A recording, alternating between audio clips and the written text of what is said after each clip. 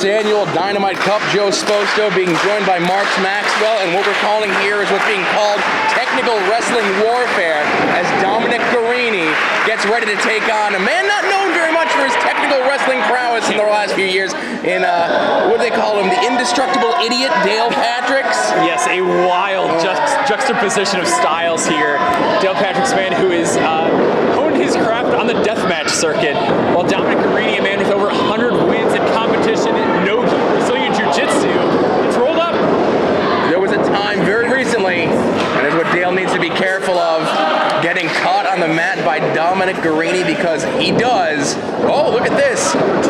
Only two there.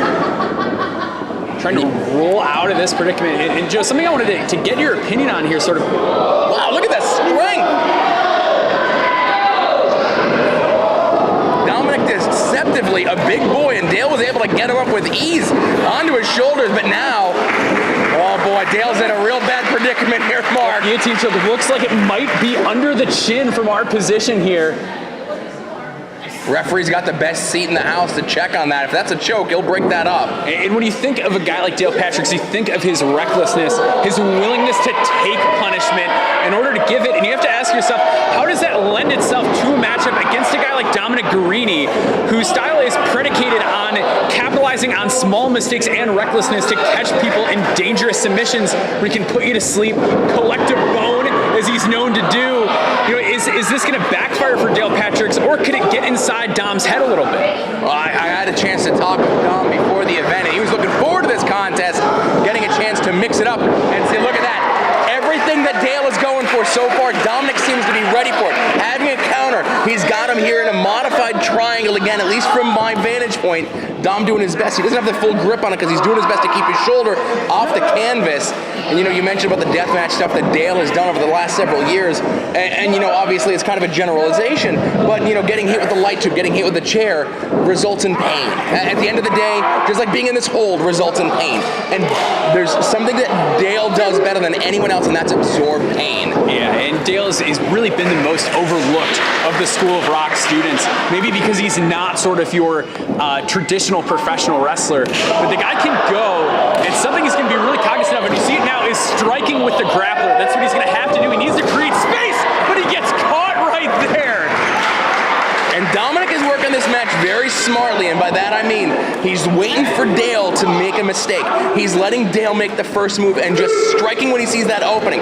He's not pushing the offensive, which he is now, on the outside, which could be a mistake, because on the outside of the ring, this is about as close as Dale's going to get to an environment that he feels comfortable in, where there's a little bit of a more laxed rules situation. Yeah, definitely more of a home field advantage on the floor as opposed to the mat for Dale Patricks. And with three, it's so, oh my goodness, what a chop echoing throughout the WCA.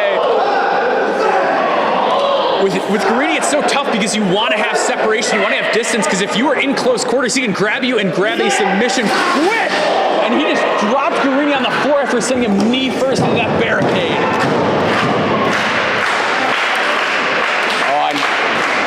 Dale taking a chance here.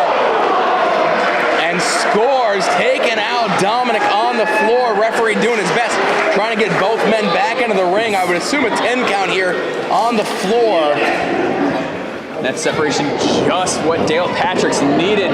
Looking to make a cover, hook the leg. 1, 2, only 2 for Dale Patricks. Nothing wrong with that cover. He had the leg hooked. He had a little bit momentum, trying to hold him down, and now you see Dominic Garrini not laying on the mat, trying to get to the ropes, at least attempting to lure Dale Patricks in. But Dale in control. Sidesteps him. Maybe that German suplex. Just picking him up and dropping him with it. Patrick's shoulder off the mat, now it's down 1, 2, only 2. Now this is going to put some frustration in the head of Dominic Garrini, but that's no one's fault but his own. He got the snap on the German suplex, but he didn't get the full bridge, keeping Dale down, and that was the difference between a victory and this match continuing. And Patrick's been very careful with his ring positioning. You see there, keeping a shoulder off the mat earlier in the triangle, being where the rope was, and he scores in a choke slam. 1, 2, and 3, no! He went for that choke slam very early, and Dominic caught him. This time, He got the better of it, but he did not hook the leg that time, and I hate pointing that sort of thing out for a wrestler, but sometimes when you got something in mind, a big move like a chokeslam, and you finally get it in, you get that pin, you're so excited, sometimes something slipped your mind. And this early in the evening, these guys are going on to wrestle in a 6-man eliminator tonight after this, so you're wrestling twice if you want to walk home with that Dynamite Cup. And Patrick's taking off the elbow pad there. He needs every small advantage he can find as he lays in with strikes to Garrini, and Garrini answers back. Patrick's now stringing them together in combination. You hear the fans here getting behind Dale. He's the hometown guy. Listen to those, look at those punches. Referee warning him, but I don't think Dale's listening. Oh, savage shots right to the neck. Flying guillotine, center of the ring. And you see as he jumped up there, he tried to make sure he got both arms captured, but Dale wisely slipping that left arm out of that body vise. That would have been very interesting. Oh boy, Dale is it's gonna be a rough one to get out of him. But with that arm free, he was able to do so. And he reverses on Garrini. Is he gonna hold him in it? Oh my God, got straight up brain buster. Shades of that great Eric Cannon. They're kind of a modified Total Anarchy. Leg hook there, 1, 2, and 3.